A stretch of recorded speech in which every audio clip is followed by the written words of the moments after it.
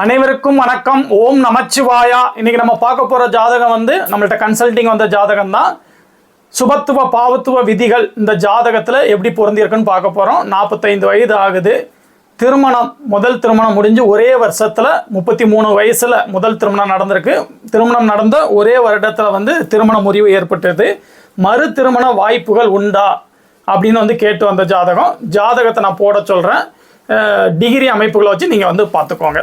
லக்னம் ரிஷப லக்னம், ராசி விருச்சிக ராசி, கேட்டை 4ஆம் பாதம், 43 வயது 6 மாதம் முடிவு. இதுதான் ஜாதக அமைப்பு. தேய்பிரை அஷ்டமியில் பிறந்த ஜாதகம். லக்னத்துக்கு தேய்பிரை சந்திரனாகவே இருந்தாலும் அஷ்டமி திதியில் உள்ள ஓரளவு அர்த்த சந்திரனுக்கு மேலே உள்ள ஒரு ஒளித்தன்மை கொண்ட சந்திரனுடைய நேரடி பார்வையில் லக்னம் சுபத்துவமாக இருக்குது. லக்னத்துக்கு எந்த விதமான பாவிகள் தொடர்பு இல்லை. குறிப்பாக ராகு, சனி, செவ்வாய், கேது, அமாவாசை சந்திரன் இந்த மாதிரி பாவிகள் தொடர்பில்லை. லக்னாதிபதினு சொல்லக்கூடிய சுக்கிரன் ஒரு இயற்கை சுபருங்கிற முறையில் கோணத்தில் 9ஆம் வீட்டில் அவருக்கு பிடிச்ச அதிநட்பு வீட்டில் உட்காந்துருக்கிறது நல்ல அமைப்பு தான். அவருக்கும் எந்த விதமான பாவிகள் தொடர்பு இல்லை. லக்னாதிபதி நல்லா இருக்கிற காரணத்தினால எந்த தசாபுத்திலையும் பெரிய கஷ்டத்தை சந்திக்க மாட்டார். பிறந்தது கேட்டை 4ஆம் பாதம்ல ஒரு 3 வயது வரைக்கும் அவருக்கு புதன் தசை நடந்திருக்குது. அதுக்கப்புறம் 10 வயது வரைக்கும் கேது திசை, 30 வயது வரைக்கும் சுக்கிர திசை முடிகிற வரைக்கும் வாழ்க்கையில் பெரிய நெகட்டிவ்லாம் சந்திச்சிருக்க மாட்டாருங்க.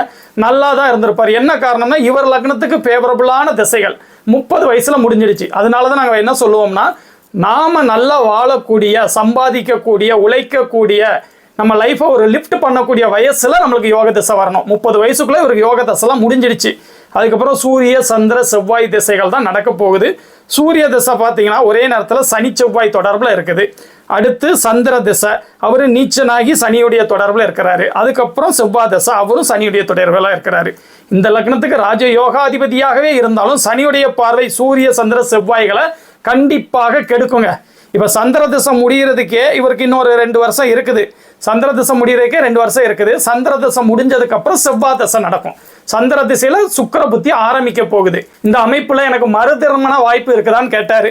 கல்யாணம் 2015 முடிஞ்சிருக்கு. 2016 ஒரு வருஷத்துக்குள்ளேயே டிவோர்ஸ் ஆயிடுச்சு அப்படின்னு சொல்றாரு. பாத்தீங்கன்னா நெகட்டிவ் தசா புத்திங்க. சூரிய தசை நெகட்டிவ் தசை, சந்திர திசை நெகட்டிவ் தசை, சந்திர திசையில சுக்கிர புத்தி வரப்போகுது. அப்போ மறு திருமணம் பண்ணோம்னா அடுத்து வர்ற தசை நல்லா இருக்கணும்ல. செவ்வாய் தசை பாவத்துவ தசையாவே வருது. பகை வீட்டில் உட்காந்து சனியுடன் இணைந்து பாவத்துவ அமைப்புகளில் இருக்கிறதுனால நல்லா இருக்காதுங்கிறதான் ஒரிஜினல் பதில். 5ஆம் இடம் கடுமையான பாதிப்பு, அதனால குழந்தை இல்லை. புத்திரதோஷம், கடுமையான புத்திரதோஷம். 5ஆம் இடம் கடுமையான பாதிப்பு. 5ஆம் அதிபதினு சொல்லக்கூடிய புதன் வலுவுடன் இருந்தால் கூட புத்திர காரகன் சொல்லக்கூடிய குரு லக்னத்துக்கு 6ல் மறைஞ்சு பகை வீட்டில் உட்காந்துருக்கிறது. இதெல்லாம் ஒரு நெகட்டிவ் அமைப்பு. லக்னத்துக்கு 2ல் ராகு, ராசிக்கு 2ல் கேது, ராசிக்கு 8ல் ராகு, இந்த மாதிரி அமைப்புகள்லாம் திருமண வாழ்க்கையை கெடுக்கக்கூடிய அமைப்புகள் தான் தசாபுத்தி அமைப்புகளை பொறுத்து. ஒருவேளை பருவத்தில் சுக்கிர தசை நடந்துட்டு இருக்குதுன்னு வச்சுக்கோங்க. 30 வயசுல ஆரம்பிச்சு 50 வயசு வரைக்கும் நடக்குது. அப்போ இவருக்கு திருமணம் நடக்காம இருக்குமா? நடக்கும். கண்டிப்பாக திருமணம் நடக்கும். தாம்பத்திய சுபத்தை அனுபவிக்கணுங்கிறதுக்காண்டியே திருமண வாழ்க்கை கண்டினியூ ஆகிருக்கும். ஆனால் நெகட்டிவ் தசாபுத்திகள் வரும்போது தான் இந்த பிரச்சனை நடக்குது. அதை நம்ம தெரிஞ்சுக்கிடணும். இப்போ 5ஆம் இடத்துல சந்திர தசை முடிஞ்சதுக்கப்புறம் 5ஆம் இடத்துல செவ்வாய் தசை பாவத்துவமாக நடக்கிற வரைக்கும் ஒரு குழந்தைய கொடுப்பாரா? கொடுக்க மாட்டார். அந்த பாவகத்தை கெடுத்து தானே பலன் செய்வார். அப்போ எப்படி குழந்தைய கொடுப்பாரு? கொடுக்க முடியாது இல்லை.